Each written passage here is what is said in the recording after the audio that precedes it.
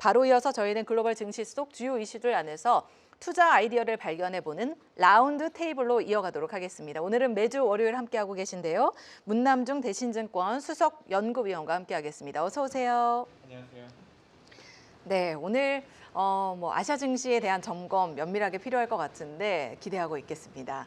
일단은 미국 증시로 한번 먼저 살펴봐야 될 것 같은데요. 미국에서 신조어가 등장을 했습니다. 먼로 덕트린이라고 아시죠? 근데 네, 들어봤습니다. 그 먼로 덕트린이 아니라 돈로 돈로. 덕트린이라고. 그래서 돈로 이게 무슨 뜻인가 했더니 그 도널드에 먼로를 더한 그런 신조어더라고요. 그래서 자세한 배경부터 현재까지 어떤 상황들이 좀 업데이트가 되었는지 설명을 해주시면 좋을 것 같아요. 네, 새벽부터 미국 트럼프 대통령이 베네수엘라 공습에 이어서 지금은 그린란드 사실 이제 확보를 위한 일련의 과정들이 진행되고 있는 상황입니다. 올해 들어서 이제 미국 같은 경우에는 베네수엘라, 그린란드에 이어서 그 이후 이제 예상되는 국가는 이제 멕시코 그리고 페루 이렇게 점진적으로 미국을 중심으로 주변 국가에 대한 압박을 좀 많이 할 걸로 좀 예상을 하고 있고요. 베네수엘라 공습을 놓고 본다고 하면 미군이 신속하게 공습을 하고 성공을 했죠. 그리고 러시아, 중국, 그 외 남미 국가들이 강경한 대응을 보이지 않는 상황이기 때문에 아마 트럼프 대통령 속내 입장에서는 그린란드도 미국이 차지할 여지가 상당히 높지 않을까라고 하는 그런 계산들이 좀 있는 것 같습니다. 당연히 덴마크 자치령이기 때문에 덴마크 입장에서는 EU와 협력을 좀 하려고 하고 또 국제법을 활용하려고 하지만 지금 유럽이 놓여 있는 상황이 그렇게 녹록지는 않아요. 러시아 우크라이나 전쟁이 지속되고 있는 안보 위기 상황에 놓여 있고 러시아 우크라이나 전쟁 관련해서 미국의 지원이 상당 크기 때문에 아마 이를 잘 인지하고 있는 EU 입장에서는 덴마크가 어떤 협조에 손을 내민다고 하더라도 그 산을 바로 잡지는 않을 걸로 좀 보고 있습니다. 그래서 초반에는 미국이 덴마크와 함께 아니면 이제 그린란드와 함께 외교적인 업된 협상으로 접근을 할 걸로 좀 보고 있지만 이게 미국대로 신속하게 이루어지지 않는다라고 하면 군사적인 동원을 할 여지는 상당히 높다라고 보고 있고요. 어차피 궁극적으로는 그린란드 역시 미국이 확보할 여지가 상당히 높다라고 보고 있기 때문에 이게 이제 금융시장에 미치는 영향력이 어느 정도 미칠 여지가 상당히 중요할 걸로 좀 보고 있지만 러시아 우크라이나 전쟁을 지금 겪으면서 우리가 경험했던 거는 실제로 금융시장에 미치는 영향력은 그렇게 크지 않다라는 걸 확인하고 있기 때문에 단기적인 지정학적 리스크로 거론은 될 수 있겠지만 이게 금융시장의 어떤 변동성을 키우는 요인으로 작용할 여지는 없다라고 생각합니다. 그래서 그린란드 같은 경우에는 이제 시간의 문제이지 결국에는 미국이 편입하는 형태로 가지 않을까 예상을 하고 있습니다. 그러니까 이게 어떻게 보면 장기적으로 이제 증시에 큰 영향을 미치기보다는 단기적인 좀 이벤트성으로 봐야 된다라는 말씀을 해주셨어요. 그래도 이제 우리 개인 투자자들이 이로 인해서 어떤 증시의 변화가 나타날까 사실은 촉각을 기울이는 모습인데요. 이런 반응에 대해서 저희가 어떻게 대비를 좀 해보면 좋을까요? 지정학적 리스크가 아주 오래전에는 증시의 하락폭을 키우는 영향을 줬던 상황이긴 하지만 이게 팬데믹 이후에 좀 깨진 부분들이 있기 때문에 지정학 리스크가 발발됐다라고 해서 위험 선호 심리가 좀 줄어들 여지가 있다라고 생각하시기에는 좀 어려운 부분들이 있는 것 같아요. 그래서 단발적인 요인 정도로 좀 생각하시면 좋을 것 같고 이번 주에도 돈로 독트린도 중요하지만 또 연방 대법원이 미국 트럼프 행정부의 간세부가 위법 여부를 판결하는 뉴스들이 있는데 트럼프 2기 행정부 동안에는 관세 자체가 없어지긴 어렵습니다. 그리고 이번에 연방 대법원의 위법 판결 여부 역시 국제 비상 경제검람법에 근거한 관세 부과에만 해당되기 때문에 이에 해당되는 것은 기본 관세, 상호 관세, 펜타닐 관세 이게 없어진다라고 하더라도 트럼프 2기 행정부 이전에 이미 품목별로 관세 부과를 하고 있는 게 무역확장법, 무역법에 근거를 하고 있어서 적용이 되고 있었던 상황입니다. 그래서 연방 대법원의 위법 판결이 나타난다라고 하더라도 기존 조항들의 근거를 수정할 수 있고요. 그리고 지금 현재 트럼프 행정부가 사용하지 않고 있는 조항이 또 3개가 있기 때문에 아마 이를 적용한다라고 하면 트럼프 관세 부과는 없어지긴 어렵습니다. 그래서 연방 대법원이 위법 판결을 한다라고 하더라도 그냥 이런 사실이 있었다는 정도로만 해석하시면 좋지 않을까 생각합니다. 그러니까 어떤 이러한 그 뉴스가 있고 또 이슈가 있다는 점을 염두에 두면서 하긴 해야겠지만 큰 리스크로 받아들이진 않아도 될 것 같다라는 생각이 듭니다. 이외에도 이제 위원님께서 그 리포트를 하나 또 준비를 해 주셨더라고요. 그래서 보니까 국가별로 1분기 투자 선호도를 언급을 해 주셨습니다. 뭐 아시아 국가 전반적으로 좀 긍정적인 평가를 해 주셨는데 일본 증시부터 살펴보면 하락할 때 일단 비중 확대는 해 두자라는 의견을 주셨더라고요. 어떤 근거가 사실은 이러한 그 의견을 주도록 또 뒷받침을 해 주었을까요? 사실 지금 정치적으로는 굉장히 불확실한 그런 상황입니다. 글로벌 증시가 지난해에 이어서 올해 상반기에도 좋죠. 그래서 그 풍선 효과 때문에 대부분의 증시가 좋을 겁니다. 위험자산 선호 심리가 커지기 때문에. 하지만 이를 선호도로 놓고 온다고 하면 선진국 내에서 일본은 미국과 유럽 다음으로 마지막 차지하고 있다라고 저는 생각을 하고 있습니다. 그래서 일본 증시가 올해도 풍선 효과 때문에 글로벌 증시랑 연동되는 모습들은 나타나겠지만 실체를 놓고 온다고 하면 증시가 좀 올라가기는 어려운 환경이긴 하죠.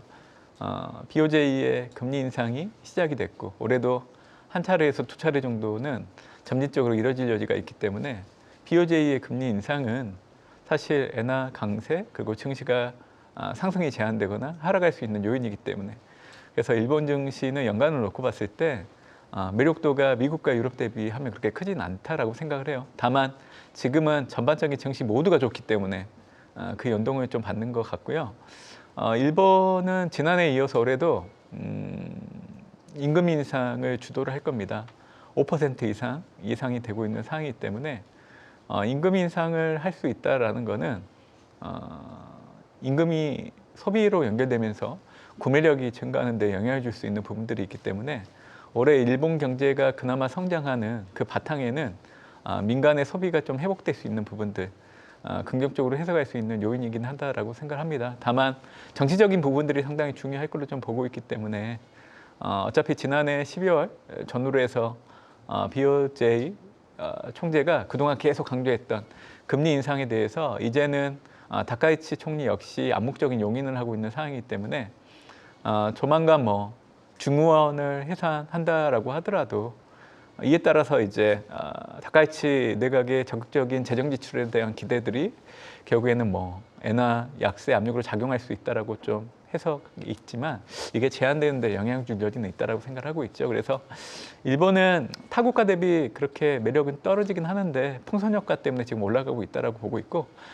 기본적인 요인들을 놓고 온다고 하면 사실 엔화 강세, 일본 증시가 상승이 좀 제한될 수 있다라는 게 올해 전반적인 큰 그림이라고 보시면 될 것 같습니다. 그러니까 개별적으로 어떤 모멘텀을 가지고 오른다라기보다는 이제 전반적인 글로벌 증시가 좀 좋은 분위기 속에서 흘러가는 가운데 풍선 효과로 일본 증시도 좋을 수 있다라는 의견을 주셨고 그 안에서 이제 엔화는 다소 좀 리스크 요인으로 작용을 할 수 있기 때문에 저희가 흐름을 잘 체크를 해봐야 될 것 같습니다.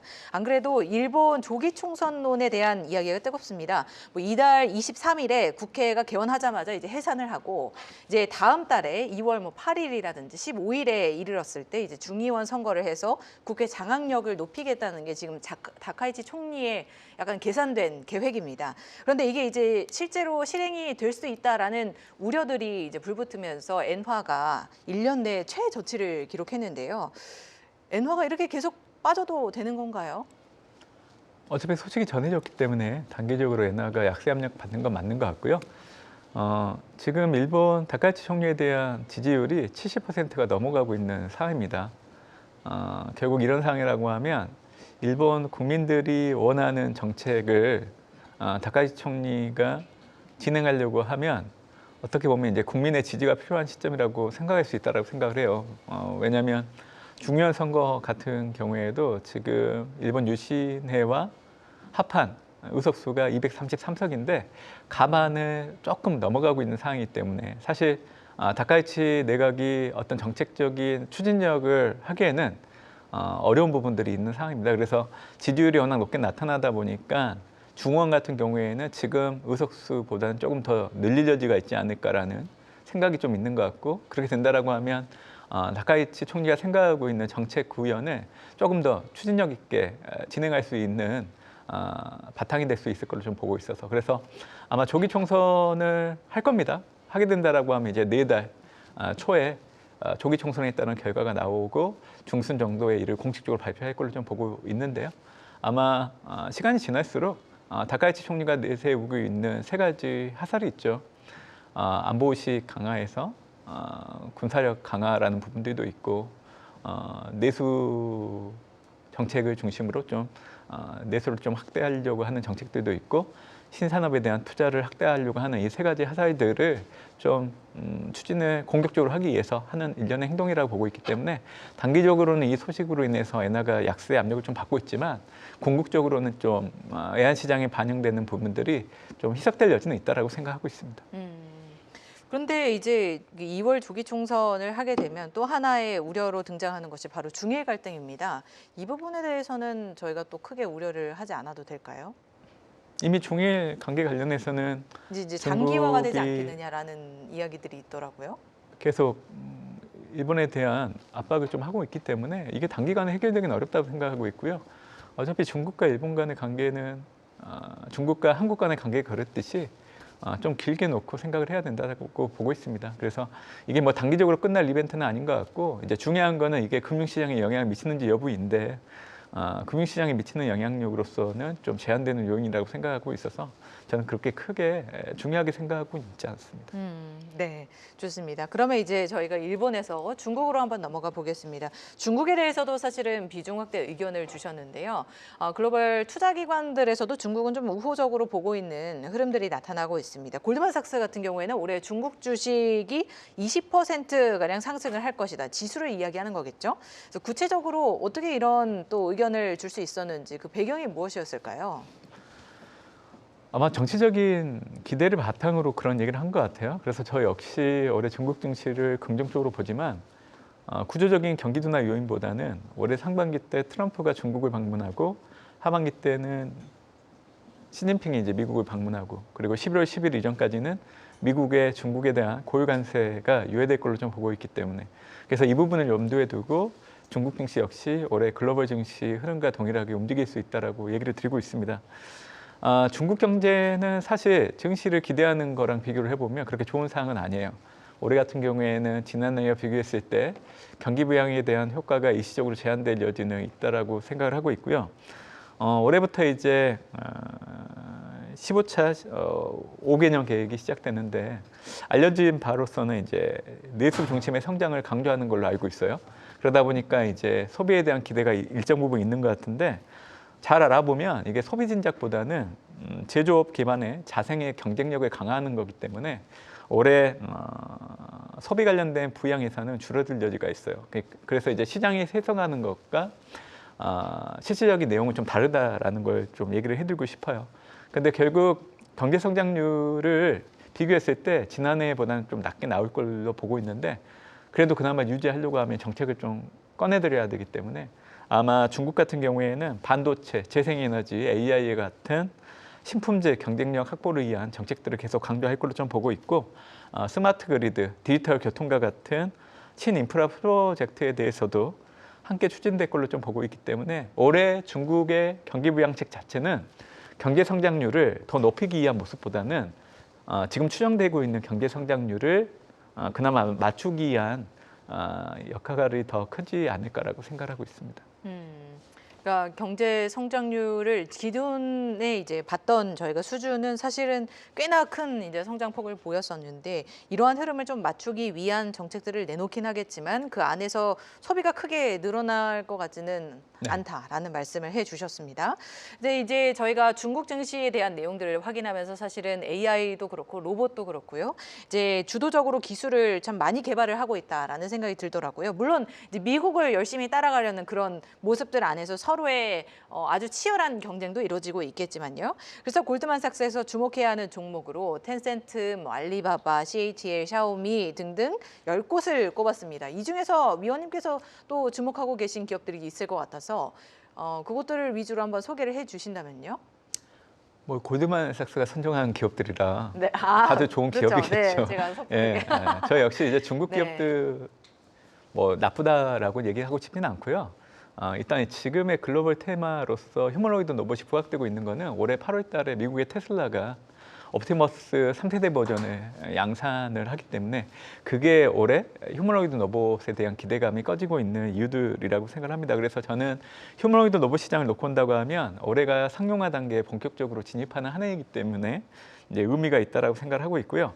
글로벌 휴머노이드 시장을 놓고 봤을 때 24년도에 243억 달러 정도밖에 안 됐지만 이 시장이 2032년 정도 되면 6,600억 달러로 시장이 빠르게 성장할 걸로 좀 보고 있기 때문에 중국과 미국의 대표 기업들은 주가에 대한 모멘텀은 있을 걸로 좀 봐요. 그래서 고드만삭스가 선정한 중국의 유망 휴머노이드 로봇 기업들 관심 있게 보시면 좋을 것 같고, 저는 길게 보면 휴머노이드 로봇 시장도 중국을 제외하고는 글로벌 전체적으로 보면 테슬라가 장악할 여지가 상당히 높다라고 생각을 해요.